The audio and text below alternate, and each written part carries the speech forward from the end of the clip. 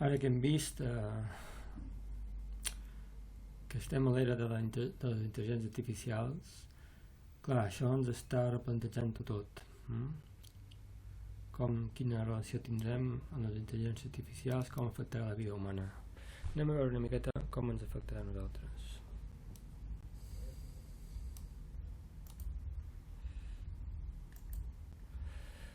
Els robots, com a tal, no mengen, no descansen, no demanen augment de sous, no tenen sentiments, etc. Moltes de les habilitats humanes, els robots, com a tals, robots només, no la tenen. I són neutres. Són neutres? Bueno, ho veurem més endavant, ja, si són neutres o no. Si tenen perjudicis o no, per exemple. En canvi, les intel·ligències artificials, que ja són un pas més d'un simple robot, tenim en compte que són capaços d'aprendre, són robots que són capaços d'aprendre, per tant és un altre pas més endavant. S'autonodreixen, poden ser capaces d'autonodrir-se, d'autoalimentar-se, tenen sentiments, això hi ha una controvèrsia aquí, ja veurem després per què hi ha una controvèrsia, depenent, per què? Perquè estan creats per algoritmes, i els algoritmes estan fets els humans, i un algoritme pot simular d'alguna manera comportaments humans. Hi ha robots que són capaços de parlar, de tenir una conversa ja directament amb humans, i no distingiríem si és un humà o no el que hi ha darrere. Són neutres o no, perquè són racistes. Hi ha gent que diu que les intel·ligències artificials han demostrat en alguns casos que tenen inclinacions racistes en un moment determinat, no? Però clar, no hem de pensar res més que estan creades per humans, i els humans han fet algoritmes, que aquests algoritmes són de tal tipus que els permeten desenvolupar-se per elles mateixes, però aquests algoritmes tenen una base, i aquesta base, si s'han fet els humans, es poden canviar com els interessi. Clar, si són capaços de fer tot això, d'autonodrir-se, de fer les feines que nosaltres no podem fer, inclús les feines que nosaltres podem fer molt més aviat i més eficientment, ens deixaran sense feina. Bé, això home, ara mateix hi ha moltes empreses que mirant el curt termini el que fan és optimitzar els seus processos, i aquesta optimització vol dir substituir humans per màquines. Un dels exponents més grans d'això, per exemple, podria ser Amazon.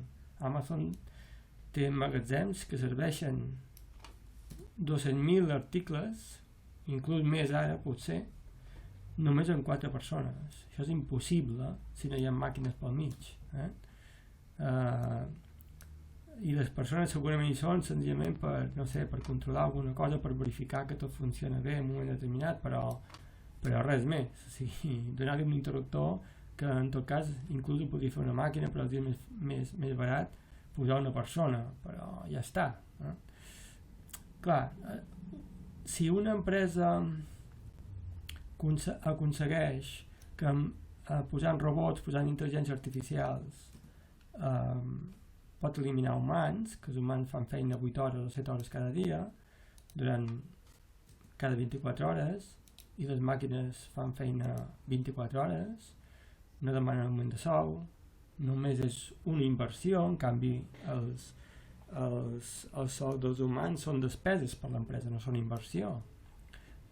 Pot considerar una inversió perquè en principi genera un benefici, però s'ha de pagar cada mes a mes, no? En canvi, un robot o una intel·ligència artificial, l'únic que li has de fer és procurar que tingui energia en forma d'energia elèctrica en aquell moment, i s'ha acabat, i funciona a les 24 hores del dia, no demana augment de sou, no se posa malalt, en fi, tot això, no? Ens deixaran sense feina? Home, doncs pot ser que a la llarga o a la curta ens deixin sense feina, però clar, la bona notícia és... N'hi ha alguna de bona notícia? Ara ho veurem, aviam. Vale. Hem de tenir por, doncs, per el que hem vist, si resulta que les màquines poden fer la feina dels humans més ràpid, millor, més feina i no cobren un sou, clar, ens deixaran sense feina, no? En principi això serà així.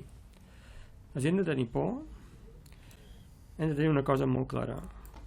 Qui crea el futur dels humans som els humans. Per tant, són nosaltres qui triem si les intel·ligències artificials, els robots, el que sigui, ens han de deixar al carrer, diguem, d'alguna manera, no? Això és una decisió humana.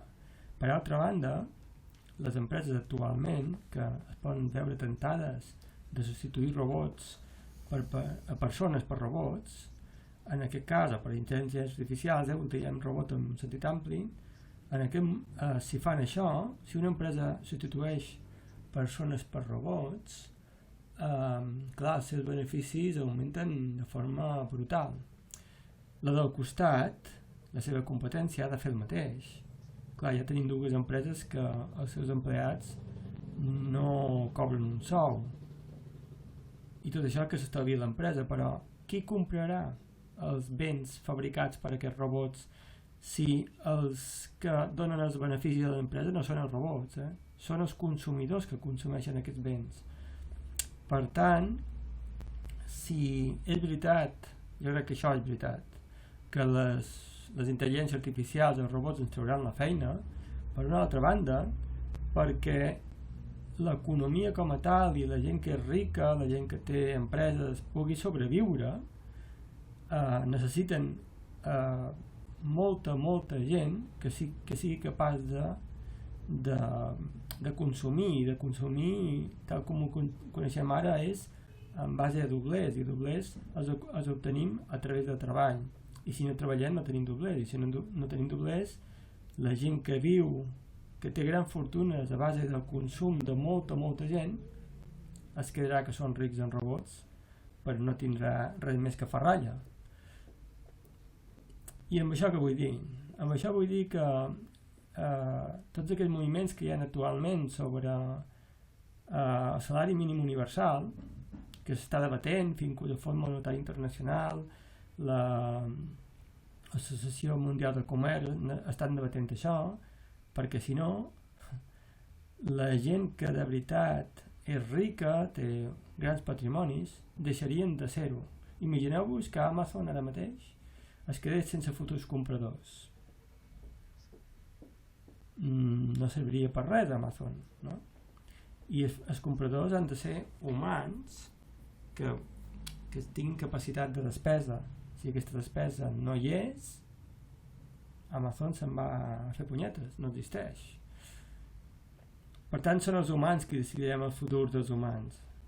Clar, això pot tardar més o menys temps que tot això es reorganitzi una altra vegada, no?